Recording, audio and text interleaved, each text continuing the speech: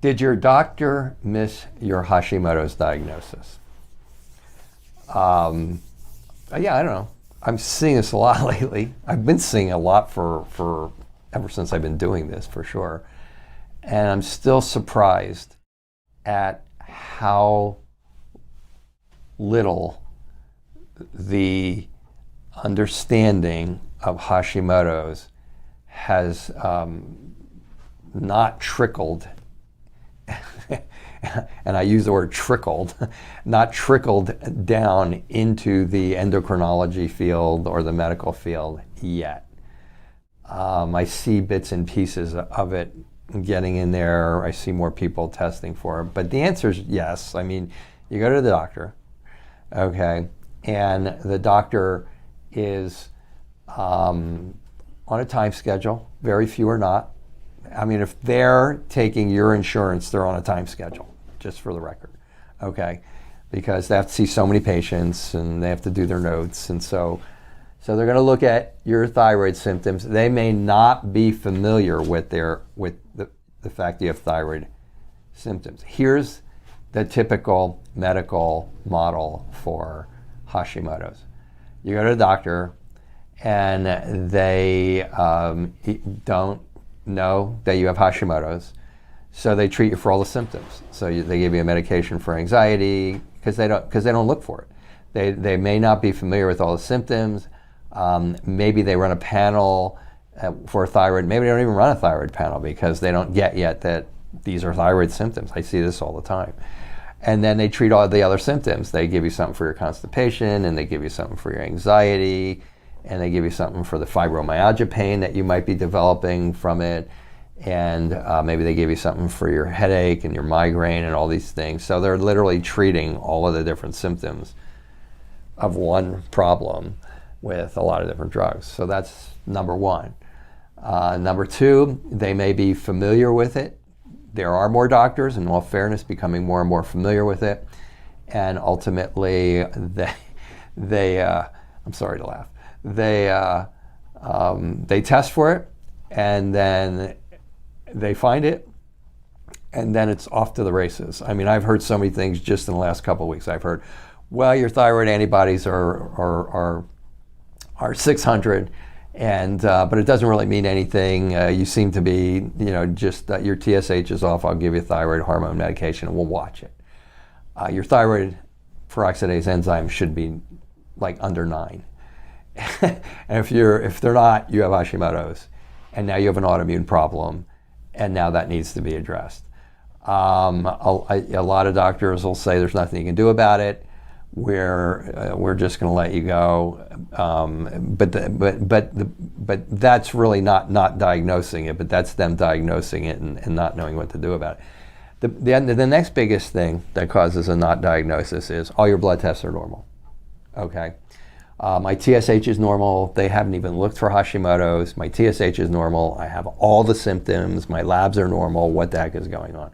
Here's what's usually going on, okay? And here's what your doctor doesn't understand.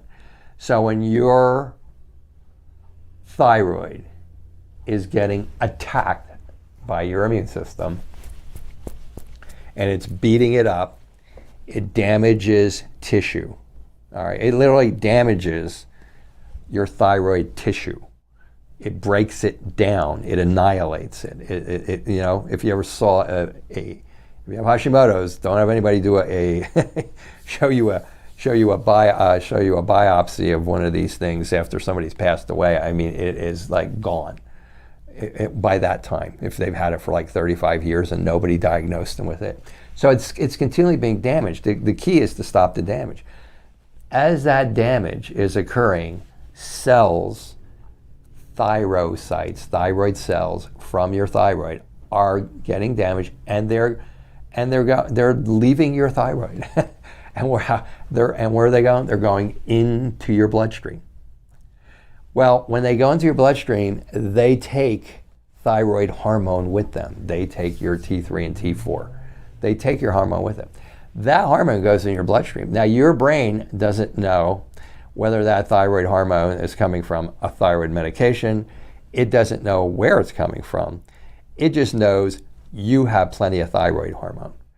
Okay, so while your thyroid is being broken down, at the same time it's telling your brain that you have enough thyroid hormone.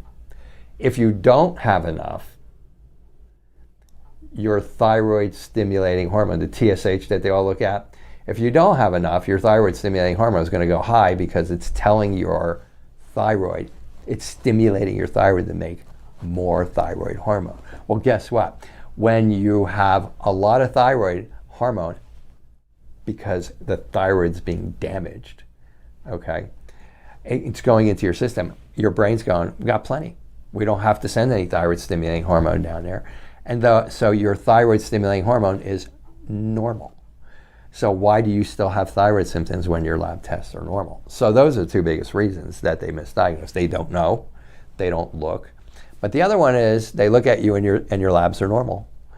And the other one is that they just don't run the antibodies is why they don't diagnose. They run the whole, they just run the whole hormone panel and they don't run the antibodies. And the reason they don't run the antibodies is they either don't know what to do with it, they don't want to deal with it, they just don't know. They just don't know. And in the end, they would still just give you a thyroid medication if your numbers weren't normal. And I could go on, but as far as diagnosis, they don't look for it, or the numbers are normal, and they don't understand that you could still have Hashimoto's, and so the numbers are normal, and they don't go further looking into it, and it's misdiagnosed all the time. It's misdiagnosed all the time. I have people coming in here all day long who have 20 out of 20 symptoms of Hashimoto's, and I ask them if they have a thyroid problem. They go, well, no, I was thinking about it. My mother's got a thyroid problem. My sister's got a thyroid problem. My aunt's got a thyroid problem. My grandma had a thyroid problem. But the doctor didn't think I had a thyroid problem because all my lab tests were normal. So it's missed a lot, and those are the reasons why.